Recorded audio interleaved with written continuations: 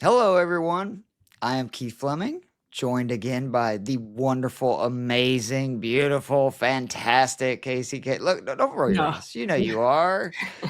This is why we're friends. She's like, oh, yeah, feed me, feed me, feed Yeah, me. I need it somewhere. Oh, Thank you. man, I do too. But we are going to once again be giving you some stats you need to know. This is information that we learned either last week, we have up thus far this season, and to kind of help you figure out some moves, whether it be waiver wire, start sit, etc. And if it's been a rough couple of weeks, I get it. I just want to Mm. remind everyone this time last year, Derek Carr, top five quarterback. People thought the New Orleans Saints were going to be like the 99 Rams offense. I think they scored like 45 points or more both first 2 weeks.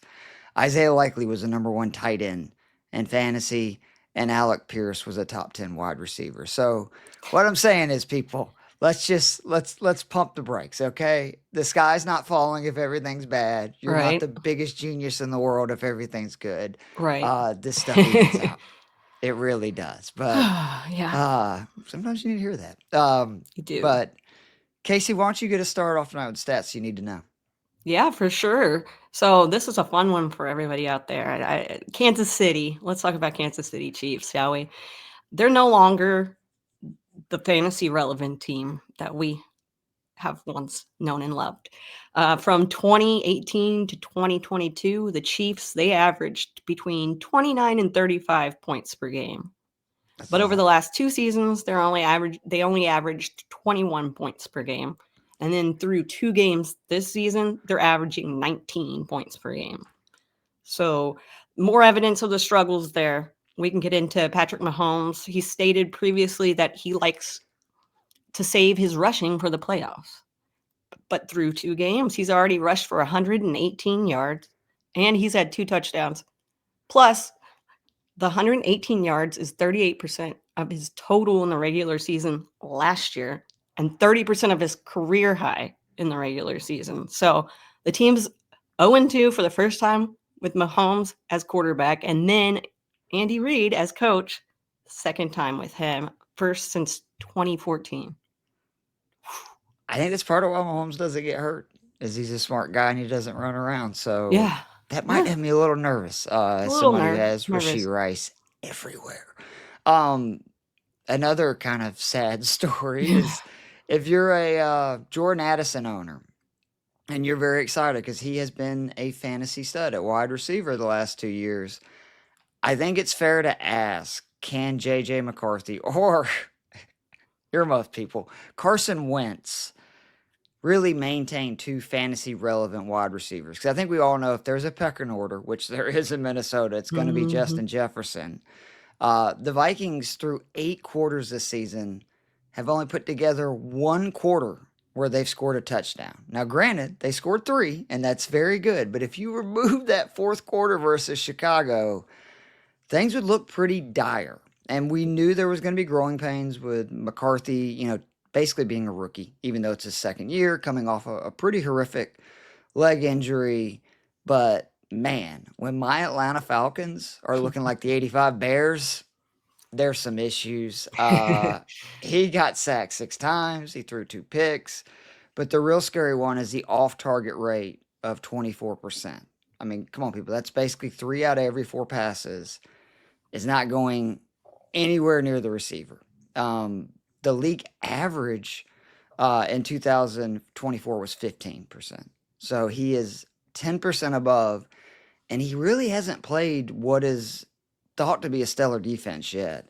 Hopefully, obviously the injury's not too bad, and he comes back soon because we've seen what Carson Wentz is. But this, it's going to be interesting because we've seen in Minnesota they can make just about any quarterback look great the last few seasons, and I am nervous as somebody who does have Jordan Addison stashed in a few leagues, and getting ready to rock him in 2 weeks. Yeah. Yeah. Aren't we? We're all just a little bit nervous about that. But let's talk about something that you want to avoid now. You might want to avoid running backs that are facing the Browns defense. Oh yeah, Keith here found some nice little nuggets. We've got Chase Brown when facing the in week 1. So when he faced the Browns in week 1, had negative 43 yards before contact. And Keith, if you want to explain that exactly a little bit better, because I do not have the words for that. I struggled learning it at first because like I saw that week 1 and I'm going, wait a minute, what the hell? Because Chase Brown actually had some of the highest yard Yep. after contact stats and stuff, and I'm going, how is this possible? The dude had 40-something rushing yards. It's because he's being touched, like negative 43. I think he had 18 carries week 1, so he was starting negative 43 yards before being touched by a Browns basically defender, meaning basically Cleveland defenders are in the backfield. And I wondered if that was just a Cincinnati defense, but then Casey, what did we find out this Then week? we found out in week 2, they held Derrick Henry. And I know because I had Derrick Henry on one of my little rosters, and I was like, what's happening? They held him to 11 carries for 23 yards, and 8 came on 1 carry. So, like, 10 for 13. you Think don't about want to that. start the running backs. At least the trends showing so far, you're not looking to do that. I know they have the Packers versus Browns this week, so just keep that in mind. Yeah, Josh Jacobs owners, beware. So we're going to tell you somebody you don't want to play. How about somebody you do? The Pittsburgh Steelers D. Remember the good old days when the Steelers defense was always great? Yep. I think there's a lot of evidence that's not the case, and we're only 2 weeks in. So week 1, they played the Jets. The New York Jets, who, man, Jets are back. I was on here talking Yeah. about Justin Fields last week. I'm Oh, sure you yep. remember. Yeah, play the clip. I mean, He yep. gave up 32 points at 6.4 yards per carry week 1. How'd they do against Buffalo without one of their corners and their best player, arguably, on their front four, Oliver, in the middle of the defense?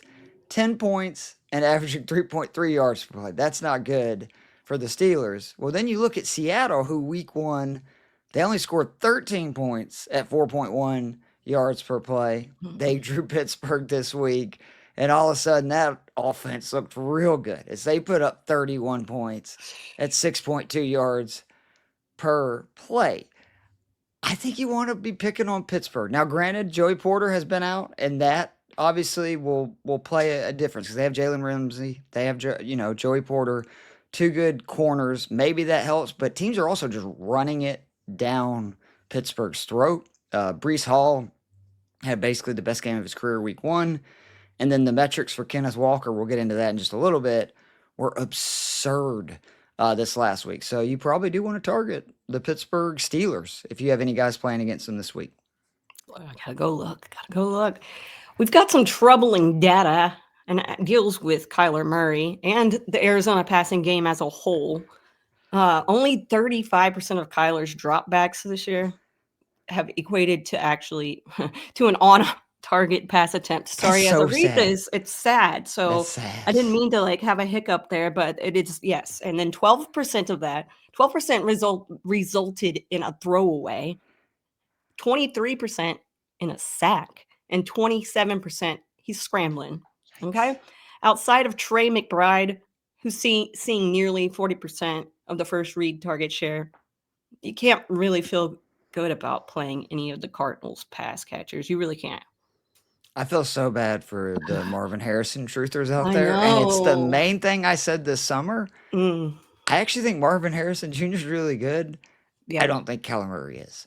Mhm. And that data right there is very concerning, especially when, again, they've played It is Carolina and New concerning. Orleans. They have not played stout defenses yet. So, Oh gosh.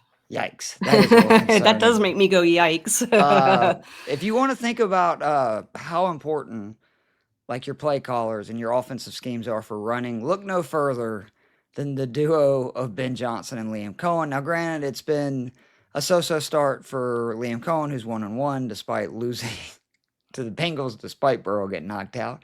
And then you have Ben Johnson, who it's been a rough first start. But either way, we know how well they ran the ball where they were. I think with Johnson, you obviously had Montgomery and Gibbs. Liam Cohen last year, you had Rashid White and my boy Bucky Irvin. But I didn't think that would equate, and boy, has it ever. So yardage before contact for running backs in the ranks. You look at Jacksonville last year, 26. This year, 6. Chicago last year, 23rd. This year, 1st. And what's amazing, thank you to Fantasy Points data for this, that doesn't even include runs of 20 plus yards without people being contacted. Because if you did that, the Jacksonville statistics, they would be so far out in first. These teams would actually be first and second. So it does matter who's calling plays.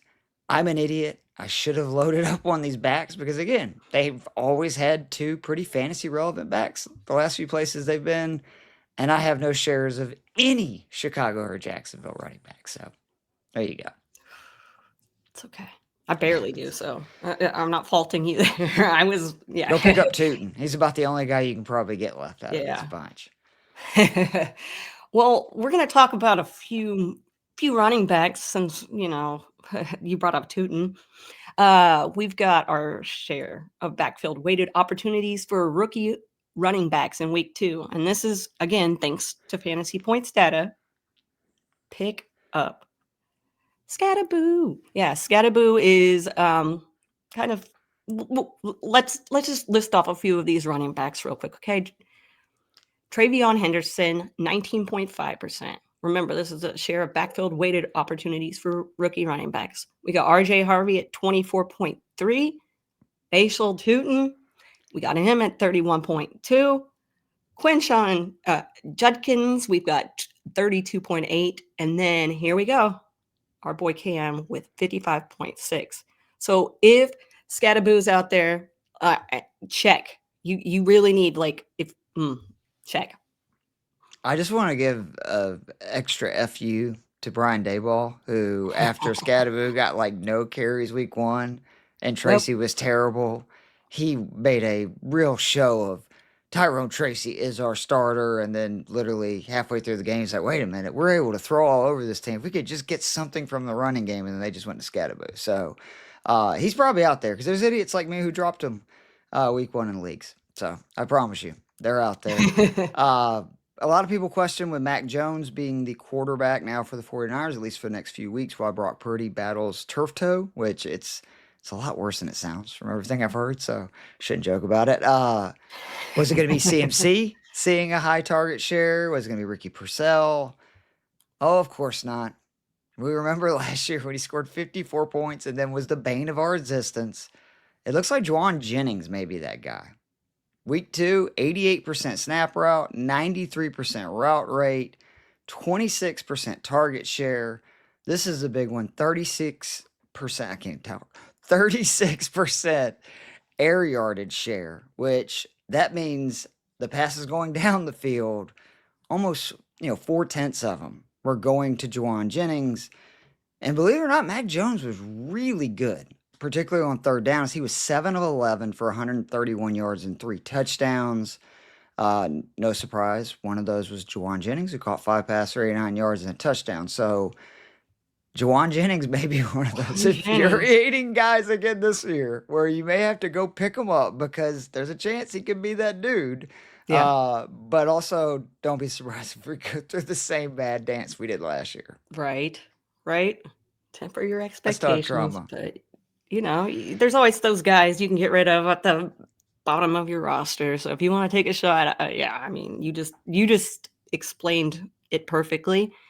To explain a little more perfection, if we will. I don't know if this is perfection or not, but doing more with less.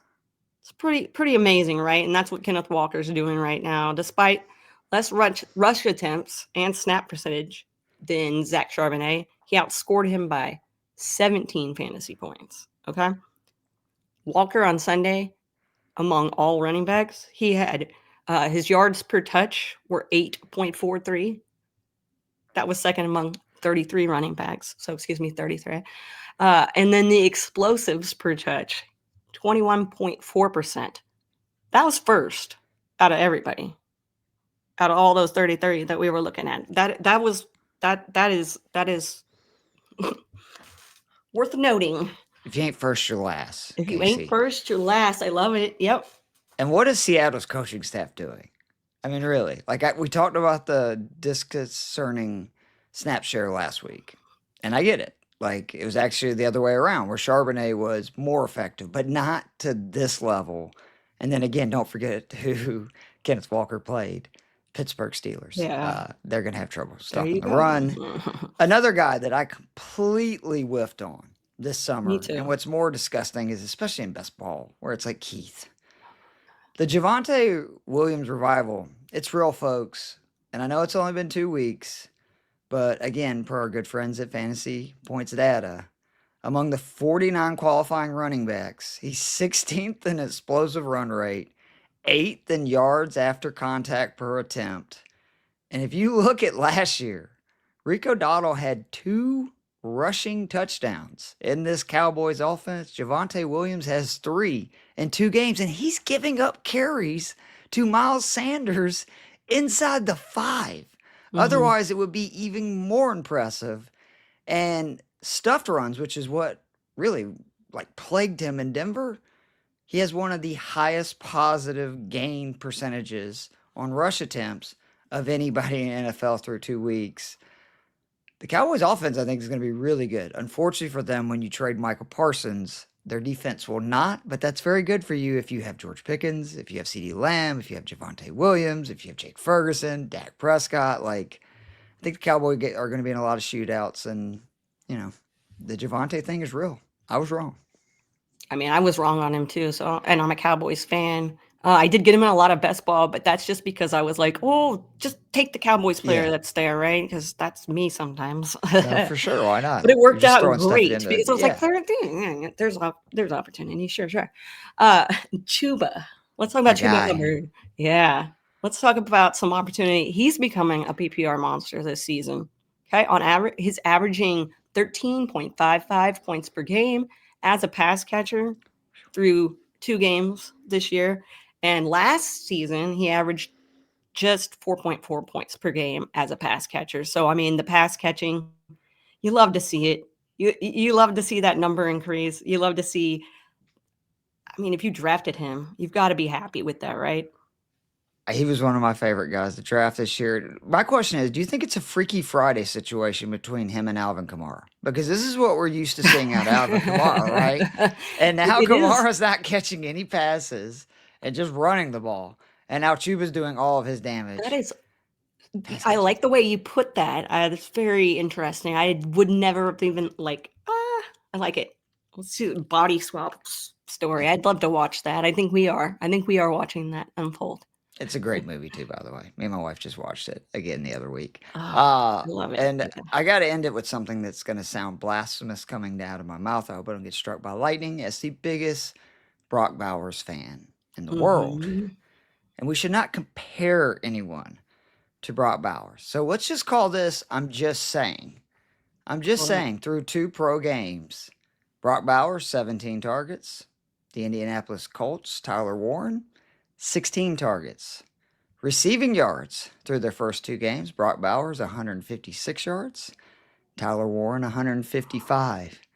We need that like do do do do do do do do. You know, what was the music back in the day? The Twilight Zone. Twilight Zone. Yeah, God almighty. Yeah. We're old. Oh, We're so old Twilight that we're Zone. making That's a tough. I Twilight remember Zone. getting the Oh, I used to, oogies. right? All right, so scary. But in all seriousness, they're using him all over the place. In case you haven't noticed, the Colts offense is for real. Jonathan Taylor is running like a madman. Mhm. They threw it all over the place this week, but the one constant from week 1, Tyler Warren. Like you actually saw Mhm. that Josh Downs got the most targets among the wide receivers, a little bit more to kind of what we thought after Michael Pittman did last week. But the one constant, Tyler Warren. So, yeah, he's going to be that dude. I don't know if he's going to do Bowers well because, again, yeah, I think he's got more weapons around him, obviously, better run game, all that stuff. But it is crazy that through 2 games, almost the exact same targets, almost the exact same receiving yards, and both of them are being used immediately because I think the teams realize what they got. And again, I'm Mhm. sorry, Chicago Bears fans. I know you got the quarterback that seems to be the worst out of that draft class. Now this year, you took a tight end Yeah. before this guy. So Yeah, that tight end who's seeing so many targets lately. praying for you, Erica. But anyway, this has been the stats you need to know for week 2. Again, me and Casey will be here every week getting you set up with all the stats and tidbits that you need to Yeah. know. Be sure Great. to check out all the amazing work on Fantasy Six Pack. And we'll see you guys soon. Bye, y'all.